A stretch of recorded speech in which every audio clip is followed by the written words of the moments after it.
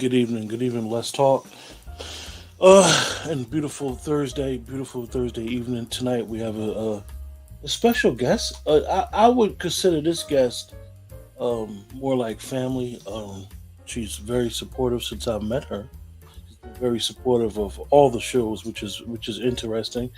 That because I know sometimes when we do shows on Let's Talk, you may get a show that you don't like, and then you may get a show that you do like, and you're like, I don't know when they have in certain shows, so I don't know when to watch what. So appreciate this young lady for all the support she's given the platform the last few years. Tonight we have author and poet Nicole R. Brookins. What's up, Nicole? Hey, what is up? You tell me. As I was preparing for the show, I did tell you I didn't get a chance to actually go through the whole book, but I went through enough. Let's talk about your background, where you grew up at, what college you went to, and stuff like that. Who's Nicole R. Brookins? Who is Nicole R. Brookins? Um, Pretty straightforward. I always say what you see is what you get. So, I was just real quick. No, I was trying to share and everything so that people can, come on in. Um, but that didn't pop up for me. But yeah, so I was born in Newark, New Jersey. Um, my mom separated, and we moved actually to South Carolina, and I pretty much grew up there. I would, come back home for the summers and stuff like that. I eventually came back to Jersey in 2004. But in that time, I graduated from high school, um, and I went to Morgan State my first year. But it was a little costly, and of course, like it's better to be at home and be hungry than be millions of miles away. It seemed like, so I wind up coming home back to South Carolina, which was my home at the time, and I decided to go to Clemson University. Hmm. So I Let, graduated from let, there. let's go. Let's go. So you were a young lady that was like, I'm graduating high school. Mhm. I need to be part of this HBCU experience. Yeah, it's funny because I went to pretty much a predominantly black high school. Um, So in my junior year, I went on a college tour, and it was a black college tour all up the East Coast. So we went from, Shaw University, Cheney, A&T, all of that. Went to Morgan. I fell in love. I was like, yeah, this is where I want to be. So I did a year, but like I said, it was a little expensive. They wasn't looking out for a sister, so I had to go back home. And unfortunately, I was like the top 5% of my class, but So you was a smarty art. I was good. I was nice with mine. But the thing is, I didn't have those counselors pushing me for scholarships and Mm. things like that, so I didn't apply. And I probably definitely could have got a scholarship, but it wasn't like, oh well, go ahead and do this, stuff like that. So you know Hindsight is always 2020, and exactly. as a supporter of the show, and I'm not going to take it off what we're talking about, but Yeah, because it's now since you went through that experience, would you recommend your younger self to have an educational advisor? yeah, definitely. Definitely. I think it could have made my life a whole lot easier when it comes to student loans, things like that. And of course, now I'm almost done paying my student loans, and then, oh yeah, forgiveness. Like, who cares about that? Where were you when I had all these loans? Yeah. So, but everything happens for a reason. It is what it is. But I did enjoy my time at Morgan. I had a black. I actually, it was so crazy. I slept most of my freshman year. Like in between classes, I was sleeping. So I did go out once in a while. It was some old school jam, and I remember it like it was yesterday. It was like Dougie Fresh, the Furious Five, nice and smooth. I mean, loving it. But yeah, it was definitely a different. When I went to Clemson, it was like a whole new world because it's predominantly white. So it was like, you getting on the bus and people got their little bags in the seat and they're like, I'm like, oh, you gonna move that? I pay my tuition just like you pay yours. I'm gonna sit down. I'm not Hmm. standing up. So it was definitely a difference. So let me ask you, Nicole. Hmm. Um, I'm gonna ask you about an event that happened in college, the accident. But Okay. I want to ask you, looking back at it now, what did you discover about you from the whole college experience? Like you said, you were one person that you did well with your grades, and like you were home, but you weren't home. So you were going through the. Was it a culture shock? You said it basically. Was it a major culture shock or just minor or just like, oh, this is what it is out here? It was, I wouldn't say it was major because I got in with a lot of good, black people and stuff like that. Um, so it wasn't as bad, but I remember my first day being in English class and the professor, he was white. He asked, the class, so who works in here? And most people was like, no, they didn't work. But then later on in the class, someone made a comment like, oh yeah, the Mexicans are taking all our jobs. I was like, well, hold up. Y'all said y'all don't even work.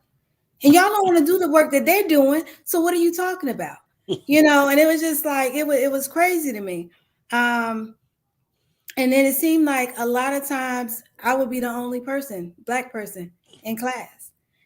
So it's like you're looking to me, oh, so what do you think, Miss Brookins? Like I'm speaking for the whole black race, like, Yeah, you yeah. know, stuff like that. But and of course I pledged in '97 to Sigma Gamma Rho. So Okay. that was a whole new world for me also. I was cool with a lot of the people there. Um, but then it seemed like once I came over in the Sigma Gamma Rho, a lot of my sorority sisters, they left, they graduated or did other stuff. So it was like it was only of a couple of us there. So then of course, then I had to represent. I was at all the parties, you would see me there, But I always tell people, because when people knew me, they knew me, oh, the short light skinned girl with the long nails. So then when I got to be a Sigma Gamma Rho, oh, the short light skinned girl with the long nails, that's a Sigma Gamma Rho. Like I didn't change because I had letters. I was still the same person, Yeah, So how was that? You was going from somebody who pledged, and then like you said, you were the newcomer, and now you had to pass the baton, so to say. Once you became an upperclassman, and it was like, okay, I gotta teach the younger ones that's part of this the sorority what this is about. I gotta keep the tradition. Um, and it's funny, and for the people in the chat, I know Nicole a little bit, and this side of her is not the side of her that she shows everybody. So, you being so personal with people, with the college experience, with the sorority experience, how was that for you? I mean, it's honestly it's second nature. Like, Okay. um, and you said like, how do I just lead by example, you know. So I show how it's supposed to be done. Not like, okay, you're supposed to do this, you're supposed to do that. Like you lead by example. So if somebody sees you, okay, you out there doing community service and things like that, then they're probably gonna want to follow the same suit. Okay. So a lot of people that I met, that actually were Sigma Gamma Rhos, we worked together, and stuff like that. So I got to know them. It wasn't like they pushed it down my throat. Oh, Sigma Gamma Rho, because I'm from a family that didn't have any sororities, fraternities. My mother was like, "What's that? I don't like them cliques. What do they do? Where did that money go?" And then when I talked to her now, she was like, "Yeah, I remember I was asked to be in a sorority. It was a honors sorority. I was like, Mom, that's a little bit different. But, but that's the only really sorority she knew, honor sorority or something like that. So, yeah, but just So leading by example. we're gonna forward to go backwards, right? All right. So now you graduated college, moved on. Um, you worked with a mutual friend of ours, a sister to me and you. Um, and you got invited to the poetry corner. Or let's talk. You got invited to let's talk. Mm. Explain when you did. Usually when a person comes to Facebook groups and channels, we all, I believe, sometimes have a little apprehension because sometimes you'd be like, okay, is this the same type of old group that everything else is? Same topic. So when you seen that they had a poetry show, because you said it in your book, and the channel has a poetry corner show every Tuesdays and Thursdays now. Explain that like your first time seeing it. It was like a breath of fresh air, kind of, because it was a while that I had actually like written. I have a lot, even in my book, there are a lot of stuff that I have, a lot of poems that are older. Of course, I added some new ones in there, but I had really stopped writing. So I was like, you know what? And I'm seeing the people on the show. I'm like, I could do this, and I made a comment, and then you said, well, get in touch with so and so, So I was like, okay. So then from there, it just took off, and it was like I was on like every week, like it was like, Yeah, you know what's amazing is that our sister, she when you were on the first show, she commented. She's like, I ain't know Nicole wrote poetry. Um, mm, and the reason why I bring that up, looking back at it now, like you know, you never want to criticize your journey to get to where you're at. I believe that's where the success, that's where the appreciation is for all of us. But you never want to criticize it. But it's like some things you could have did over again. Do you wish that back then you would have just kept writing, or you happy with where you are and how it all transpired? I'm happy. I'm happy where I am. Um, and I always say, you probably hear me say this a million times, everything happens for a reason. So I don't like, okay, well, why it is? Well, I try not to, because there's some things I do ask, why. Hmm. But yeah, it was meant to be. It didn't, you know, it got me back into writing. It got me into expressing my feelings, things like that. So, I enjoy that. And even just the being with Let's Talk, period. It was just like, it was different comments and stuff that were made and conversations that we would have. So it wasn't like, I don't know how many groups that I have, but to say how many I'm really actively involved in, I could probably say maybe two, maybe three. It's funny that you said that as somebody that I didn't know prior to starting the channel and the pages, and then we've grown to have a tremendous friendship. Is I the initial thing was the channel first, and then the group started after the channel. And I said I Mm. was advised, so start a group, and the group would be more like a sister to the channel. That did not go well. It just like I always tell people when we talk about the Let's Talk group, the group and the channel are totally different. Because the group has a mind of its own, and it has Yeah. subjects, and it could be a little Yes. touchy in there, even though the vision for myself and people that I always seek advice is to is for people to have an open dialogue and have an open conversation about any and everything. But it's unfortunate that a lot of us, we can't have that type of dialogue without being offensive and being offended by Exactly. so many things. Yeah. Um, but anyway, I always ask a question when I used to be in co-hosting the poetry corner. Now I don't do it as much as I want to, but I have a different role now. I always ask a question about art and poetry. We're writing poetry, Nicole. Do you feel like your words impact other people? I think so. Um, I would have to say, out of my book, I have umpteen poems. I don't even know the count, but I'm pretty sure that hello, essentially, I think Zanice.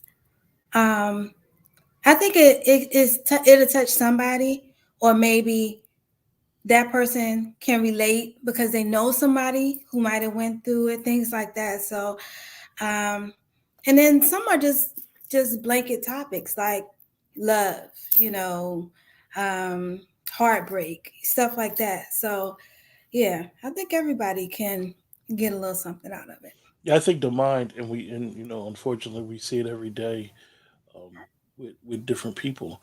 The mind of an artist, like I tell you guys, I have a seat every week with poetry that is unique because I don't consider myself a poet. Never tried to write poetry, but I listen to everybody's poems.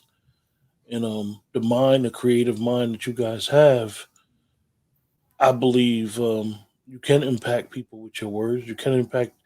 Uh, you could change a narrative, the thought. You get to put your thoughts down on paper. So I think it's Mm. interesting. So now you've been on the show a couple of times. You did a couple of shows on Epiphany. Yeah. How is it with the network of poets? I mean, I'm quite sure you done met a lot of poets through Mm. TikTok, Instagram, and all this. Yeah, I really didn't know like the poetry world was so big.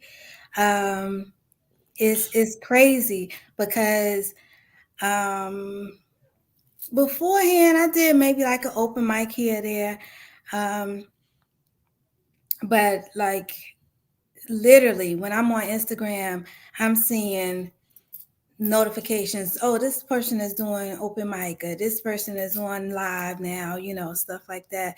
So it's definitely big, and now that things are starting to open up more, then people are doing live things. So that's exciting too. And I've done a couple of things like recently In Rawway, huh? in Norway. Yeah. So My neck of the woods. yeah, I was out there. So I try to do it when I can.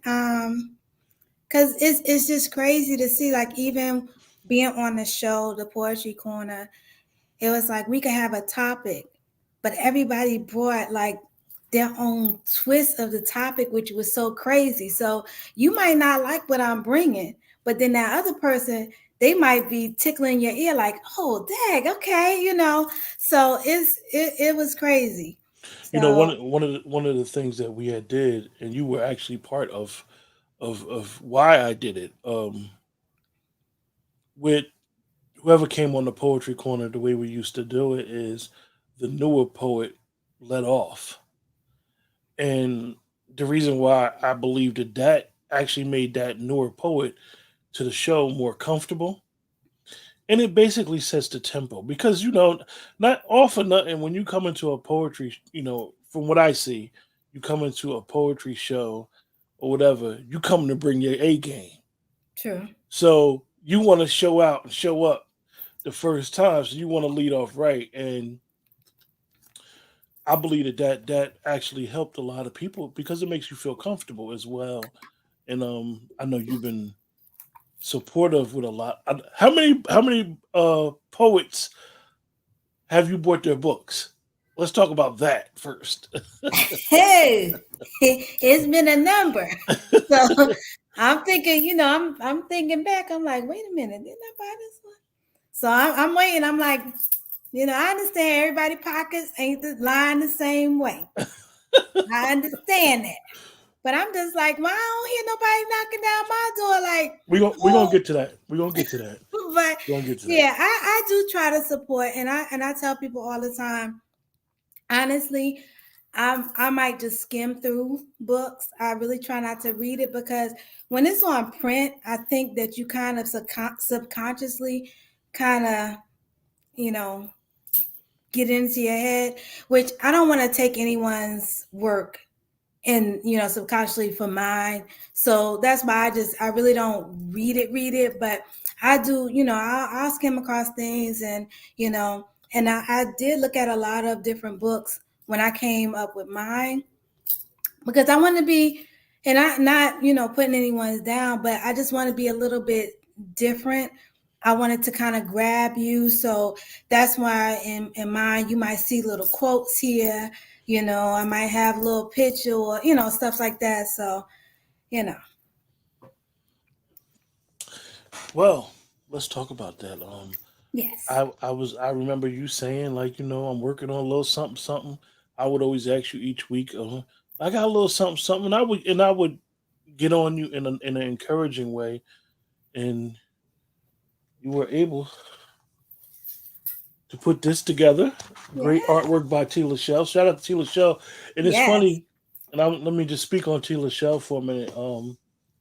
She does her graphic arts, but T. Lachelle's an excellent poet, and it's funny because she's so yes, supportive of everybody else, and she never really gets an opportunity, or she never wants to, or she never gets put in a situation where she needs to recite her poetry. I think her poetry is very soothing. So shout out to T. Lachelle. So you were able to put the book together, and let's talk about the book, the wow moment, the cover. definitely. And one quick thing with Tila Shell. So it's so funny because we call each other sis. She's born a day after me. So Ooh, I always joke around, say she was same the year. same year. So I always joke around, say, yeah, she was the lazy one because she was, we were supposed to be born on the same day. But so but yeah, so she definitely she's been a great help, even with like questions, what's up, King? That I might have had, or what, I don't know. I'm gonna get you somebody that could, give you the answer to that. So, and a lot of other people that I've, gone to that might have wrote books or things like that. Okay, well, what are you using, to put your book together, things like that. So it definitely helped. So, not only am I published author, I'm a self published author. So I think I get a little more on, Yeah, yeah. you know. So let me ask you.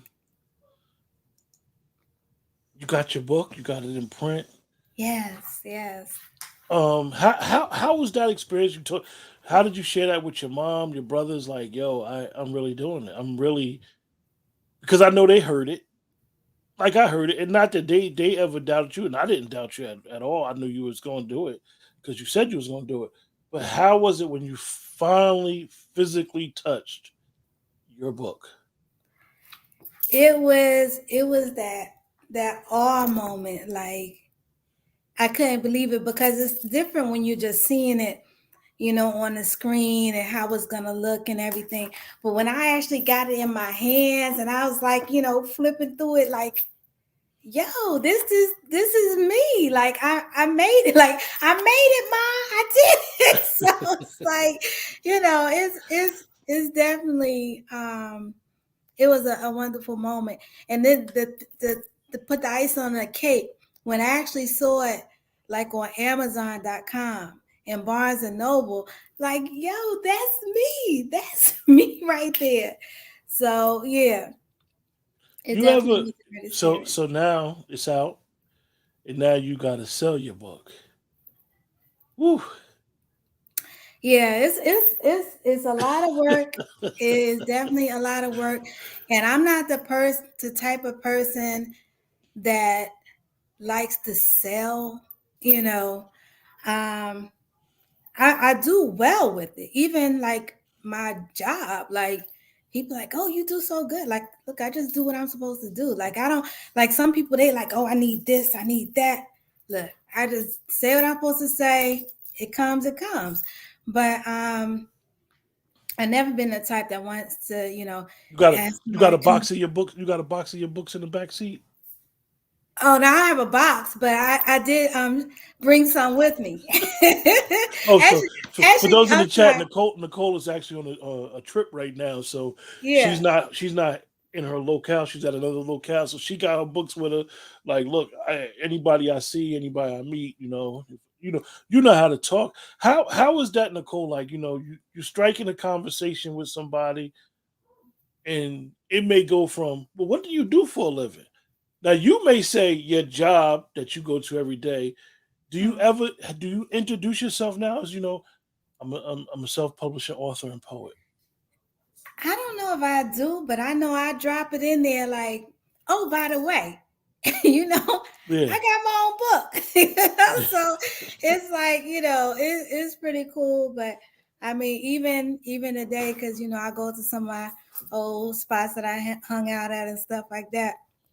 One would be, I'm gonna give you a little shout out, Day Day's Beauty and Barber in Columbia, South Carolina. So, I walk up in there like, yeah, and everybody's like, because I usually come once a year. So like, oh yeah, what's up?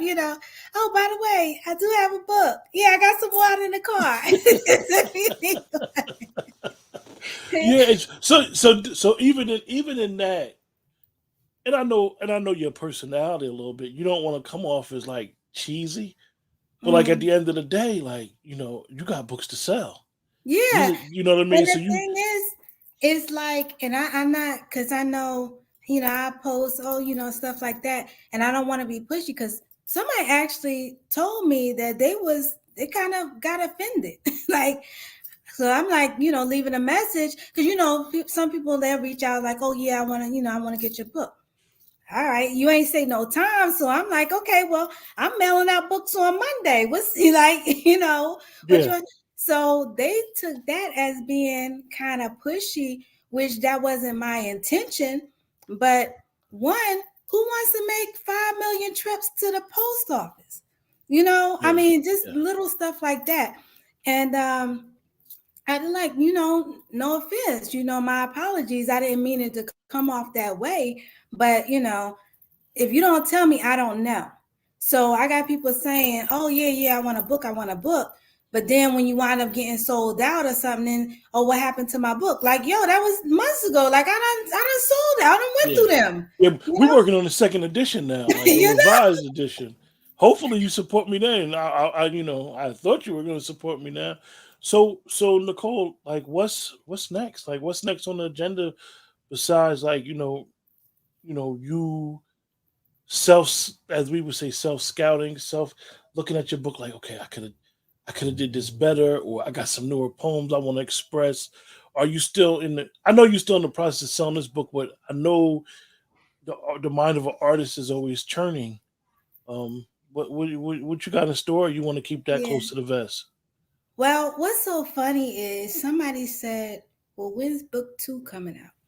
Yo, I Mm. just I just put this out last month. So I'm just like, what? Book 2? But the thing is, of course, I'm pretty sure there will be a book 2 because when I was doing this one, it was like I just had to cut it off. Like, yo, I'm not putting no more in it. This is enough. I have enough. I have a substantial amount of work in there, you know. Um, and I felt that it was quality work, although some of them are older. I don't push, I guess you'd just say, No, I think trash. it was. Like I said, I said I didn't go through the book because usually when I read a book, Nicole, this may sound a little crazy. I read it, every book that I have that I read. I read it at least 3 times and I take notes. When I told you I didn't go through the book, I mean I didn't do what I usually do to the book. So I did go through that, and you talked about your life, and you talked about not just poetry, but you talked about you growing as a poet, and you talked about the accident. And I Yeah. thought that was interesting because it's like you literally did give a piece of you in the book. Like, Yeah, I think so. those that know you could be like, "Oh, she a little mysterious because she laid back. She's not real talkative." So now, as the title of your book, "Of Pieces of Me," I gave you some poetry. I gave you some history, some backdrop, college, what I went through, um, history with the sorority, history with my accident in my life, and I thought that was very unique and different. And it literally is pieces of you. Yeah, and the thing was, because I'm like, I'm giving a little bit more, because I wanted to put. I wanted to really put the book up for a higher amount, but I was like, let me be easy with it, But I think it's a lot of qualities, and I threw a short story in there too. I was like, Yeah, okay, yeah, y'all really getting it, yeah. but yeah. So, and that's not. I mean, I have plenty of stories that I can tell, and it was funny because I that one that I did, I started writing it, and then my mom said, Nicole, I found this paper, or whatever, and I looked at it, and it was actually the story that I originally wrote.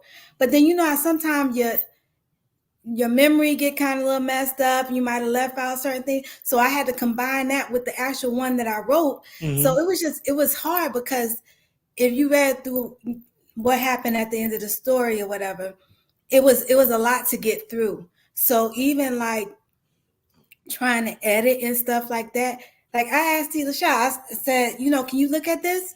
Because it was taking too much. So I wrote it, I rewrote it, I combined it, and it was just like I didn't want to read it again. Yeah, it's like you telling a story, but it's like, okay, the You story living. it's a short story, Yeah. not a long story. Yeah, it's your story. This short story is becoming a book within itself. Like, let me slow down and condense it a little bit because it might be overshadowing the rest of pieces of me. Yeah. But then another quick thing, like with me, and I'm not, I mean, I'm on social media as far as, I might post things here and there, but I give you what I want you to know, Talk that talk. So, like, and even with my book, I tell people, like, everything is not about me. I have a good imagination. So don't think you done got some dirt, like, oh, this happened to her. Oh, no, everything is not about me. But Yeah, the majority is. we tend, like I always say, the mind, we tend to have this imagination when we're reading words, and this is the art of you guys, the artist. Um, I'm an avid reader, and one thing about me when I read, I'm able to picture everything that I'm reading. So I'm like, I'll be into it. Like most books, believe it or not, if it's 300 pages, I can read a book like that in one day with no problem. And the reason why is because I'm so engulfed in the reading that I don't want to sit it down because my mind is there. The longest book I've ever read in a day was like 700 pages. I just could not put this book down. Wow. I was ripping this piece, and the book wound up becoming a trilogy, a mini series on TV. What was that book, if you I'm don't? not giving no shameless plug to no books. Okay. All right. Well, tell me on the back end. Tell me on the back end. I might want to read I'll it. let you know off air. Okay. But anyway, Nicole, you have any final thoughts for us about your book, where to purchase it at, autograph copy? Yeah, well, you could get it directly from me. Definitely will get an autograph copy. So you can get in contact with me on Facebook under Nicole R. Brookins. I have a YouTube channel. So if you go on there, subscribe, Like, share, subscribe to our YouTube like, channel. share, subscribe. Some poetry pieces on there too. I'm on Clubhouse under Nicole R. Brookins, and on Instagram, Clemson Poodle 97. Great. But Well, yeah, you can Nicole. also find me on Barnes and Noble as well as Amazon.com. Well, Nicole, we appreciate you joining us, and we look forward to seeing and hearing from you more in the near future. Thank you. Thank you. I thought I was going to do a poem or something, but okay. With that, thanks everybody for joining us. Thank And you. thanks, Nicole, for coming on the show, and we appreciate you, and we look forward to some great things coming. Anytime. Thank you.